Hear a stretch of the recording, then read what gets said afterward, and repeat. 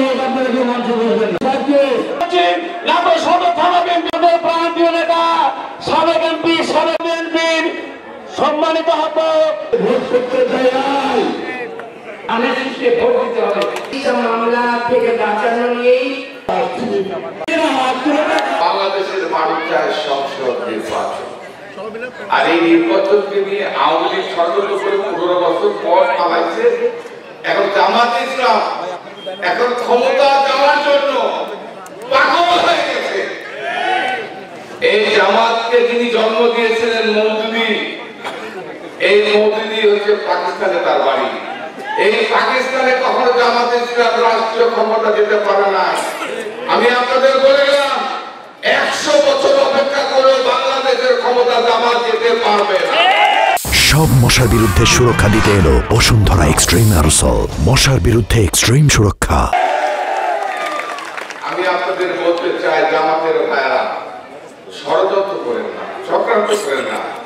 এই ষড়যন্ত্র চক্রান্ত করে ফেব্রুয়ারি মাসে নির্বাচন যদি আবার পিছানোর চেষ্টা করেন, ফ্যাসিস্ট আওয়ামী লীগ আবার ফুটবে। লোকেশ আপনাদের একটা ফাঁসি দিয়েছে, এবার কিন্তু বাংলাদেশে থাকতে দেবে না। বাংলাদেশের মানুষকে আর অত্যাচারিত করেন না, বাংলাদেশের মানুষকে জিম্মি করেন না, বাংলাদেশের মানুষকে আর আওয়ামী লীগ ফ্যাসিস্টের হাতে জিম্মি আর করবেন না। আপনাদের কাছে অত্যন্ত বিনাশ আহ্বান জানাচ্ছি।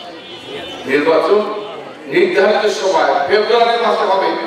এই ফেব্রুয়ারি মাসে নির্বাচনকে নিয়ে যদি জামাত সহ যারা ষড়যন্ত্র করবে তাদের কালো হাত আর ভেঙে দিতে চায়। নির্বাচন নির্ধারিত সময় হতে হবে, কারণ আপনারা জানেন আপনারা জানেন আইন শৃঙ্খলা নাই। যতক্ষণ পর্যন্ত বাংলাদেশে নির্বাচন না হবে, যতক্ষণ পর্যন্ত জবাবদিহিমূলক সরকার না আসবে, ততক্ষণ পর্যন্ত বাংলাদেশে বিনিয়োগ হবে না, আইন শৃঙ্খলার উন্নতি হবে না, স্বাভাবিক জীবনযাপন হবে। এই জন্য যত শীঘ্রই নির্বাচন হবে তত শীঘ্রই বাংলাদেশের মানুষের মুক্তি হবে।